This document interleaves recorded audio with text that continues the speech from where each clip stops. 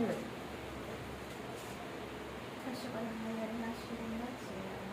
payapang araw sa inyong lahat ng mga lingkod ng Diyos.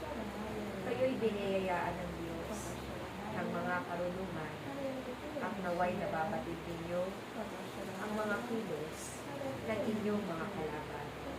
Ako ang Espiritu Santo, aking mga anak, na siyang maghahayag sa inyo ng katotohanan, na kung saan darating ang mga araw na hindi nyo namamalayan, ang masamang espiritu ay dumarating upang sirain ang inyong pananampalataya at pagtitiwala sa Diyos.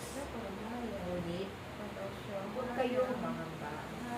Ang Diyos ay hindi nagpapabaya sa kanyang mga anak. Magpatuloy lamang kayo na gumawa ng mabuti. Magpatuloy lamang kayo sa pagsunod sa mga kalooban ng Diyos upang kayo ay laging gabayan, upang kayo ay hindi mailitaw. Tandaan ninyong mabuti ang mga aral na itinuturo ng Diyos. Kayo'y magmamahalan at kayo'y magkaunawaan, sapagkat kayong mga naririnig ay patuloy na nagkakamali sa mata ng Diyos, at walang sino man sa inyo na matuwid. Ngunit sa pamamagitan ng pagtitiwala ng Diyos sa bawat isa sa inyo, kayo ay nagkakaroon ng karapatan lumapit sa Diyos. Kaya't aking mga anak, huwag kayong mangginawa sa pagsunod ninyo sa kalooban ng Diyos. Bagamat kayo'y nagkukulang at bagamat kayo'y nagkakasala, hindi nawa itong maging dahilan upang patuloy kayong lumayo sa Diyos. Pagpos ito nawa ang maging dahilan upang kayo ay hindi bibitaw sa Diyos. Kayo'y mahal na mahal ng Diyos.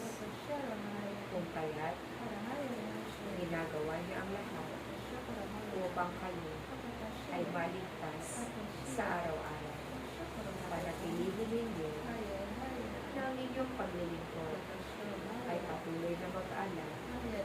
Panatilihin ninyo ang inyong mga puso ay puno ng pag-ibig upang nang sa ganun ang pag-ibig na iyan ang siyang magtuturo sa inyo patungo sa buhay na walang hanggan at patungo rin sa katotohanan na ako ang Espiritu Santo na siya ninyong gabay at patnubay sa araw-araw. Huwag kayong maghinawa na tawagin ang pangalan ng Diyos, sapagkat ang Diyos na inyong sinasabitan ay Diyos ay hindi nagpapabaya sa kanyang mga anak. Ang bawat isa sa inyo ay kanyang kilala. Walang maililigo sa kanyang paningin, sapagkat ang Diyos ay nakatunghay sa araw-araw.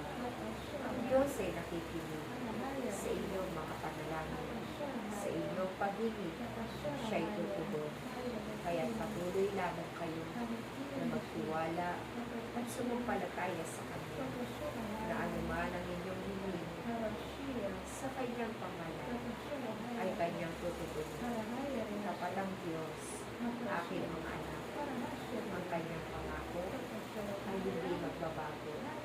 Nawa kayong lahat na nakikipagtipad sa Kanya ay hindi rin magbago, upang nang sa ganun kayo'y manatili sa Kanyang piling, sa Kanyang kawan, at patuloy rin kayo magkasip ng Kanyang salita, ng mabuting salita na itatanim ninyo sa bawat puso ng bawat isa, upang sa panahon na tumubo ang salitang ito, sila ay makapaglilingkod at ang kanilang paniniwala at pagsunod sa Diyos ay magiging maalam, sapagkat sa pamamagitan ng bibli na inyong naitanim ay siyang magkakaroon magpadala sa kanila sa liwanag ng kanilang buhay. Kaya aking mga anak, huwag kayong magsawa. Magpatuloy lamang kayo sapagkat kayo ay naghahangad ng kanyang pagpapala na kung saan hindi lamang ninyo ito natatanggap pagkos hanggang sa ikaapat na niningsaling langit. Ito'y matatanggap sa pamamagitan ng inyong pagsunod at pananampalataya ninyo sa Kanya. Kayo'y laging magmahalan at patuloy na magkaunawaan upang sa ganun ang inyong paglilingkod ay magkaroon ng kabuluhan sa mapagpalang araw na muli sa inyong lahat.